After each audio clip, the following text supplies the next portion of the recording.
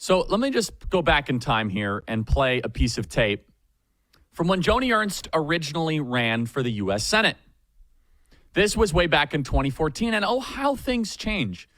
And yes, of course, I mean, she looks differently. Not everyone looks different being in D.C., but it's just the whole vibe of her race in 2014 is that I'm an outsider. I'm ready to go shake things up. We're going to go make them squeal. And we had such high hopes for Joni Ernst. We had high hopes for a lot of these people. And they go on a mission and they go on a mandate to try and represent voters, and it turns out they just end up being part of the system. Play cut 116. I'm Joni Ernst. I grew up castrating hogs on an Iowa farm. So when I get to Washington, I'll know how to cut pork. Joni Ernst, mother, soldier, conservative. My parents taught us to live within our means. It's time to force Washington to do the same. To cut wasteful spending, repeal Obamacare, and balance the budget. I'm Joni Ernst, and I approve this message because Washington's full of big spenders. Let's make them squeal. That was the ad back in 2014, went very viral. Everyone was very excited about Miss Joni Ernst. Oh, she's going to make them squeal. She's going to go fight for us. Turns out that she was just like Liz Cheney and John McCain and the whole brigade. All Nikki Haley wing of the Republican Party. Again, I don't know if she's a pleasant person or a mean person. I can't speak to her personal character. I can only speak to how she has voted and what she is doing. Did you know that Shelley Moore Capito from West Virginia, Susan Collins has a get out of jail free card for me. She can do whatever she wants.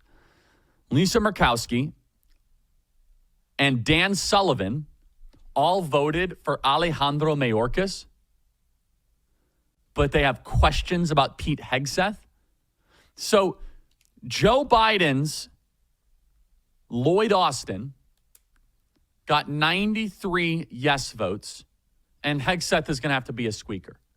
It's because Senate Republicans, many of whom are more loyal to the regime and more loyal to the D.C. cabal, to the mafia, than to their voters. And one of the things, again, this is not playtime here. We've been talking about this for quite some time. It is time for Turning Point action. And yes, Turning Point PAC. We are going to be launching some primaries, and we do not know what states yet. But we're going to measure twice, and we're going to cut once. And, you know, people say, oh, Charlie, they're going to come after you guys. Hold on. The Rana fight, we've been through this a couple times. They would come after us. Come on, bring it in. Get in line. And by the way, the MAGA faithful, they want this. So maybe it's going to be Mr. Crapo or Risch in Idaho. Maybe we're going to primary Mike Rounds. Maybe it's going to be Joni Ernst. Maybe it'll be Tom Tillis in North Carolina. He's been behaving better because of the threat. But none of this conversation would be necessary. I wouldn't have to be like this. I don't want to have to do this if every one of them said, we're voting for President Trump's nominees. But if we're going to go play patty cake and have to try to win people over, cut deals to get our Secretary of Defense. In fact, that's what somebody said is, well, Trump's going to have to cut a deal. Cut a deal to get our SecDef? What planet are you living on? That's like an easy voice vote, get it done, day one, January 20 or 21, 22, you get your Secretary of Defense. Oh, we're going to have to cut a deal? No, we're not going to put up with that. And these Senate Republicans, it's not as if that they're senators from blue states. We're not going to primary Susan Collins. If anyone tries to primary Susan Collins, moron, I will actively stop you from doing that. But Crapo or Risch or whatever in Idaho, or Mike Rounds in South Dakota, Joni Ernst is of the mold of Liz Cheney. And in fact, she palled around with Nikki Haley during this last primary. She showed Nikki Haley around at the Iowa State Fair.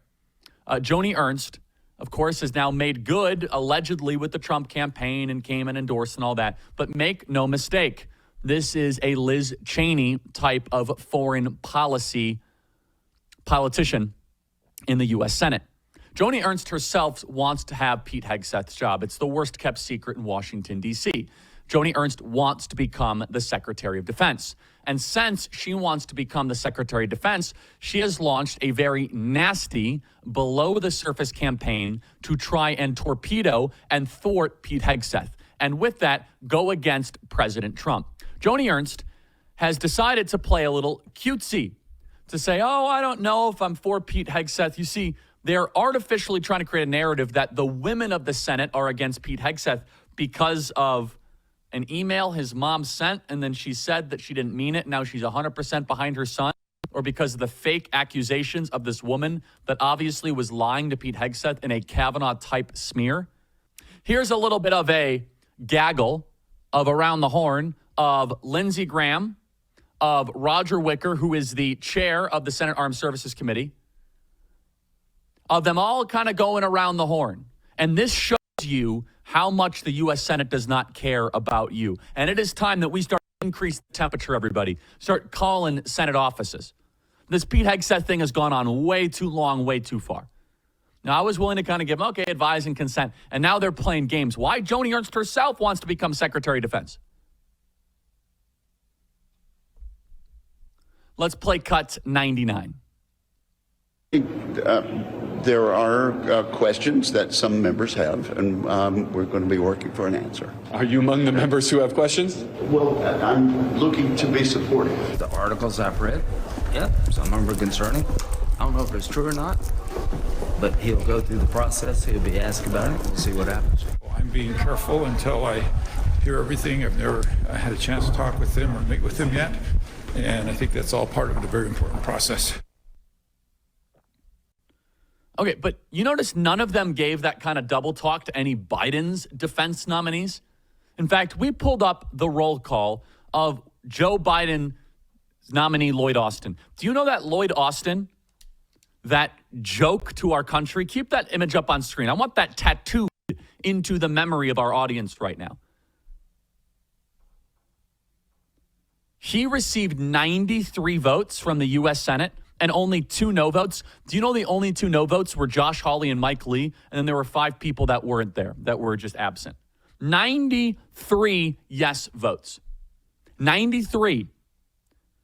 Pete Hegseth, if he survives, will probably be at 50 or at 51.